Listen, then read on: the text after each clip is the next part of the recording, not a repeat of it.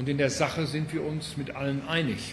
The Chancellor stressed that Kyiv requires strong and lasting security guarantees if it is to defend itself against ongoing Russian aggression. He outlined what he described as a broad approach resting on several pillars. The most important, he said, is the permanent strengthening of Ukraine's armed forces, not only through military hardware but also sustainable financing and intensive training.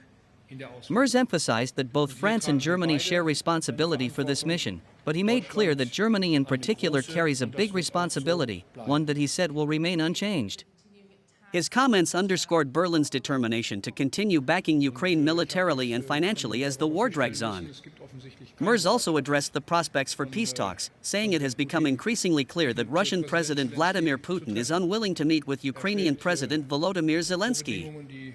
He pointed to what he called downright unacceptable preconditions being set by Moscow, contrasting them with the more conciliatory tone Putin reportedly used in a phone call with U.S. President Donald Trump just a week earlier.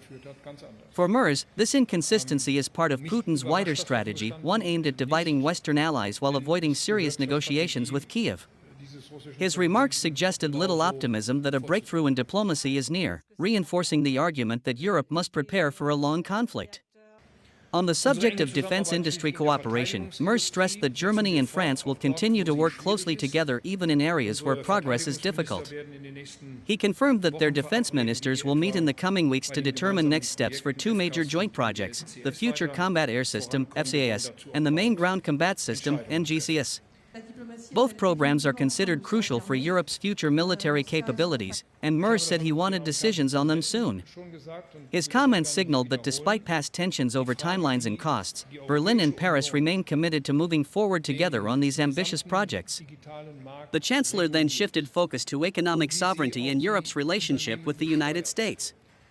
He revealed that he had already told President Trump directly that the European Union's regulation of digital markets and taxation of major technology companies is a matter of EU sovereignty.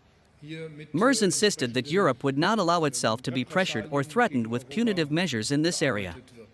His warning followed Trump's announcement earlier in the week that Washington would impose new tariffs on countries that introduce digital taxes or regulations targeting American firms. Merz's comments reflected growing European determination to stand firm against U.S. trade threats while defending its own digital agenda. Finally, Merz addressed Germany's domestic economic situation. He acknowledged that the country must undertake urgent reforms in labor markets, economic policy, and approval procedures if it is to remain competitive. He pointed to a recent meeting with more than 60 representatives of German industry, where companies pledged to invest over 600 billion euros in the next 3 years and to open new production sites in Germany. While he welcomed this commitment, Merz warned that the attractiveness of Germany as an investment destination depends heavily on improving framework conditions. Without such reforms, he said, the country risks losing out on opportunities in a global race for innovation and capital.